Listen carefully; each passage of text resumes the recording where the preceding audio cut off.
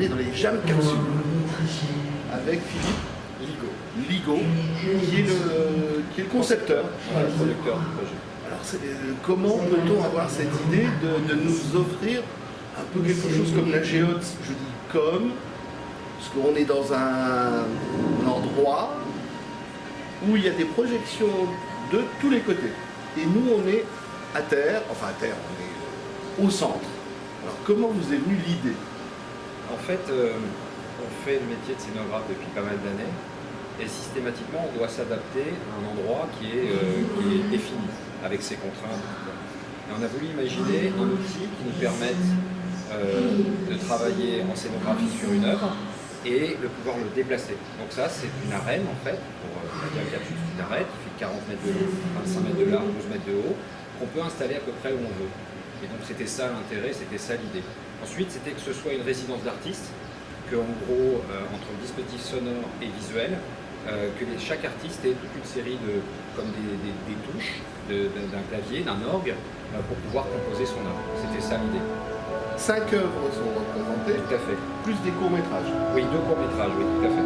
Alors, ces 5 œuvres, elles sont l'œuvre de qui? Je sais qu'il y en a une qui est de Yann Bertrand, il y en a 2 qui sont d'un autre metteur en scène. Tout à fait, qui s'appelle Tom Wolf. Les 2, c'est Jardin Mystique. Jardin Mystique, alors on va peut-être le décrire un tout petit peu, c'est... Oui. Sur les peintres flamands. Voilà, la peinture Cornec, Bosch et les autres. Avec des chants lyriques, c'est très très beau, très intéressant. Et l'idée, c'était avec cette capsule-là, c'était de pouvoir capter l'attention de public qui n'irait pas forcément voir une exposition sur les peintres flamands, j'en fais partie, et qui peuvent découvrir une œuvre, d'une façon différente. Et ça marche plutôt bien parce que Tom Wolf, qui est l'auteur, a fait une très beau travail. Une autre capsule de Tom Wolf sur Maria Callas. Tom Wolf avait fait la pièce de théâtre avec Monica Bellucci, qui va reprendre d'ailleurs, je crois, bientôt, a écrit un livre, a fait un documentaire sur Maria Callas. Et en fait, là, il a essayé de faire une exposition avec la matière qu'il avait, en sachant qu'il avait toute la liberté pour amener ce qu'il voulait. Il n'y a pas les contraintes d'un documentaire, d'une pièce de théâtre, etc. Là, il fait vraiment complètement ce qu'il veut. Il a des documents, parce que là je l'ai pas vu. Lui a des documents, lui a tous les éléments, il a écrit un bouquin extrêmement dense sur le sujet, donc il connaît parfaitement le sujet, et il avait de la matière qu'il n'avait pas forcément pu utiliser dans d'autres contextes, dans un autre contexte de documentaire ou autre chose. Et donc c'est ce qu'on découvre ici en partie. Et très très belle histoire. Beaucoup de gens étaient très très émus en sortant de cette capsule sur Maria Callas. Il y a la capsule sur l'image. Et là, c'est la capsule sur le son, on va dire, pour Maria Callas. Non, pas complètement. Encore une fois, le contenu, c'est l'essentiel. Mais dans les 2 cas, on a les images, par exemple, sont intéressantes. On retrouve le grain de films des années 50, 60, 70, notamment. Il y a une partie de film en Super 8. On retrouve le grain. C'est vraiment très beau, très intéressant. Et puis, l'histoire porte tout. Et effectivement, la dimension sonore, elle est très puissante. Et il en reste 2. Alors la première, c'est sur l'opéra. La première, c'est sur l'Opéra. C'est l'Opéra National de Paris, qui a une entité qui s'appelle la 3e scène, qui réunit toute une série d'artistes, principalement des artistes qui travaillent sur la matière digitale, toujours dans le contexte, dans l'environnement de l'Opéra de Paris, et de l'Opéra Garnier plus spécifiquement sur certaines des capsules. Donc voilà, on leur a donné une carte blanche, ils ont créé 6 capsules qui sont très intéressantes, très décalées, qui sont en train de tourner justement, qui sont très, voilà, c'est très très varié. L'idée c'était ça, c'était que ce soit éclectique et qu'il y ait un maximum de liberté pour les auteurs. Et puis la dernière capsule, c'est une capsule qui a beaucoup de succès sur le Japon, qui a été réalisée par Pierre Poignet et soutenu par Gédéon Programme qui a produit l'événement, qui a produit l'exposition et le film avant. C'est vraiment une très très belle capsule où il a beaucoup joué, Pierre Poignet a beaucoup joué sur les effets d'échelle, en passant de l'immersif à des choses plus intimes. Voilà, toute une série de variations. Ce qui est intéressant avec il y a plus de 5 auteurs, puisqu'il y a une capsule dans laquelle il y a 6 auteurs, mais avec la douzaine d'auteurs avec qui on a travaillé, chacun a travaillé à sa façon. Voilà, chacun est parti avec sa façon de voir les choses, et ça rend quelque chose, ça donne quelque chose qui est très éclectique en fait. Et vous aviez donné quand même un mot d'ordre, c'est 45 minutes. Le mot d'ordre c'était 45 minutes environ. L'autre mot d'ordre c'est d'être vigilant au fait qu'on est on est dans une dimension immersive. Donc le lieu est monumental. On est comme une fourmi au milieu d'une boîte à chaussures. Donc il faut faire attention à ce qu'on fait, il faut faire attention à ne pas dérouter les publics, parce que la capsule, quand vous la découvrirez, est assez impressionnante. Les gens sont très surpris en arrivant dans la capsule. On s'y sent bien, c'est comme un cocon, mais c'est un outil qui est puissant. Donc il ne faut pas surjouer la forme, il faut être vraiment concentré sur le fond, c'est ce qu'ont fait les auteurs. Vous avez dû avoir quelques problèmes vu les conditions actuelles. Alors quelles ont été les contraintes qui se sont rajoutées? Est-ce que d'abord vous aviez prévu les dates là ou est-ce que c'était prévu auparavant? C'était prévu plus tôt, ça devait commencer en mai et finir le 12 septembre. On a commencé plus tard.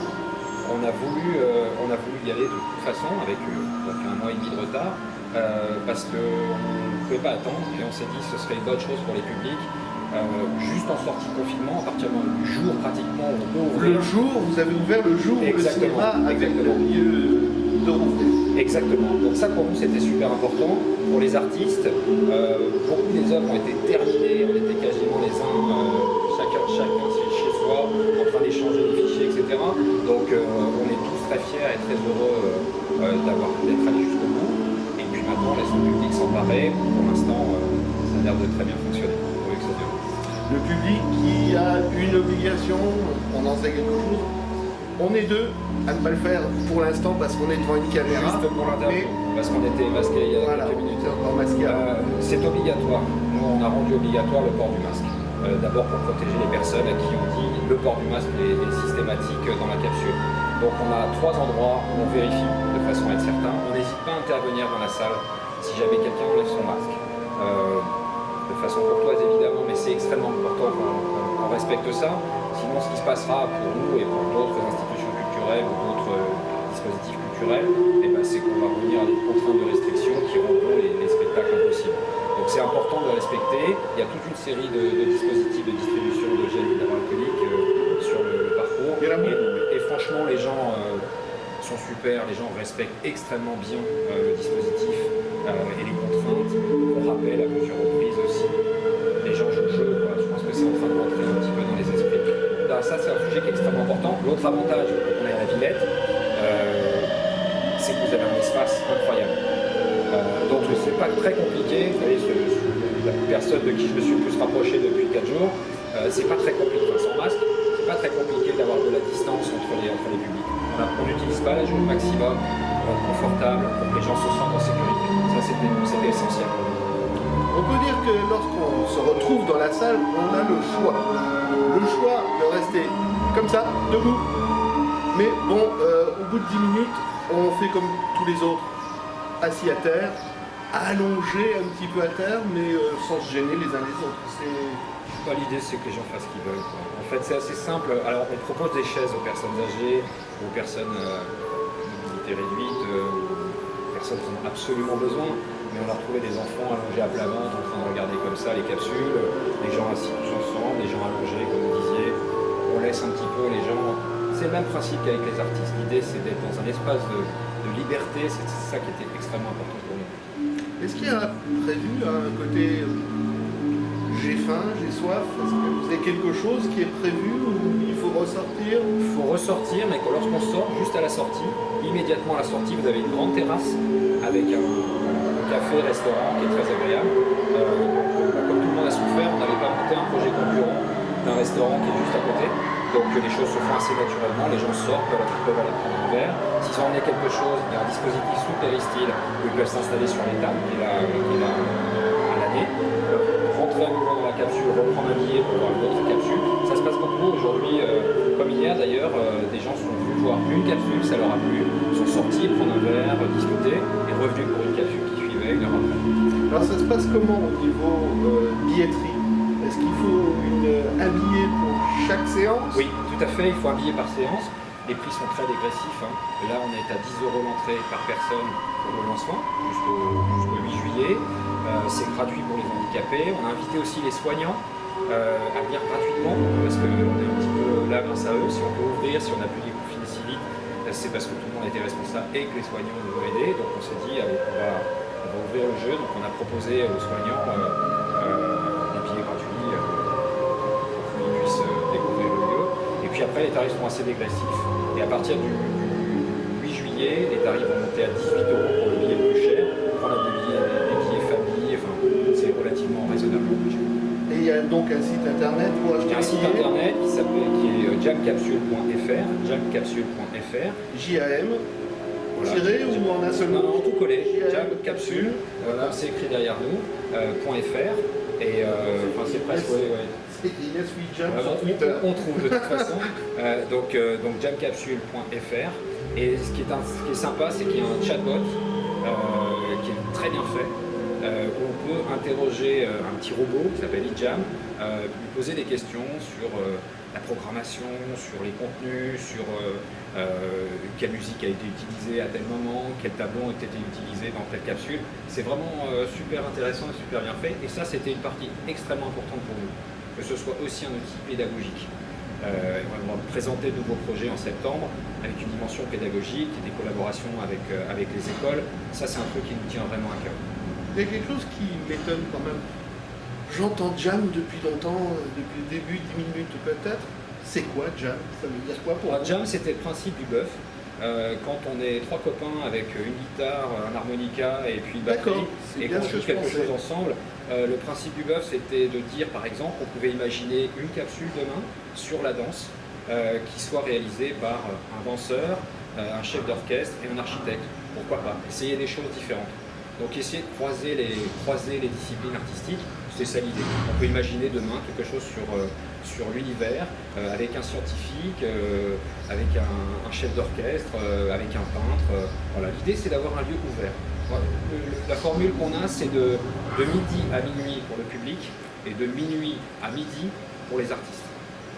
Ça fonctionne vraiment comme une résidence artiste, c'est ça l'idée. Donc l'idée, c'est pas que les gens trouvent ça. L'idée, c'est que les gens voient des choses différentes, originales, et là, il faut laisser faire les artistes. Les artistes qui sont là ont énormément de talent. Soit vous repartez avec un message, soit vous repartez avec un message tout en étant émerveillé, c'est l'idéal. Mais déjà, c'est que les gens repartent avec un message, qu'ils aient découvert quelque chose d'un peu atypique. Pour nous, c'était ça le principe de départ. Donc nous, on reste dans notre rôle de scéno, et les artistes sont complètement libres d'exprimer leur œuvre de la façon qu'ils le souhaitent, et sans limite. Si je comprends bien, enfin à demi-mot, ça c'était la version numéro 1 avec 5 projets, mais 2021 ou 2022 peut très bien nous ouvrir un projet avec 5 de plus ou 5 différents. Tout à fait, pour l'instant on est là, il y a d'autres projets qui vont peut-être se monter en province, il y en a deux projets qui sont en train de se monter, 2 capsules qui sont en discussion pour être montées dans des capitales étrangères. Voilà, après on adapte aussi les choix de capsules. Il y a peut-être des pays dans lesquels certaines capsules ne pourront pas du tout passer, pour des raisons culturelles ou pas. L'idée, en gros, en avril l'année prochaine, lorsqu'on aura la seconde édition, on va réouvrir en avril l'année prochaine, c'est d'avoir 5 nouvelles capsules, 5 ou 6 nouvelles capsules, et puis on va voir comment on organise la programmation. Et l'idée, c'est d'avoir dans un an une douzaine de capsules. On en a déjà 5, une autre qui va être faite, 5 longues, une autre qui va être produite avant la fin de l'année, enfin avant septembre, fin septembre, 2 autres avant fin décembre. Voilà, l'idée, c'est d'avoir un panel assez large et surtout de disciplines ou de sujets qui sont très différents les uns des autres. Pour nous, c'était important. C'est l'idée du Jam. Voilà. Voilà. Jam, alors nous on donne rendez-vous non pas pour la confiture qui s'écrit à peu près de la même façon en anglais, mais pour la deuxième édition l'année prochaine, en espérant que nous ayons oublié tous les petits problèmes actuels. Là déjà, ce qui était super, ce que vous disiez tout à l'heure, c'est le fait de réouvrir au moment où on est entre guillemets libéré de ces contraintes. C'est pour ça qu'il y a beaucoup de monde, que c'est super agréable. Voilà. On a jusqu'au 12 septembre pour venir visiter la capsule, midi, minuit, tous les jours sauf le lundi. Et c'est pour l'instant vraisemblablement une expérience très agréable pour les gens qui la vivent. Merci Philippe. Merci à vous. Merci beaucoup. À l'année prochaine.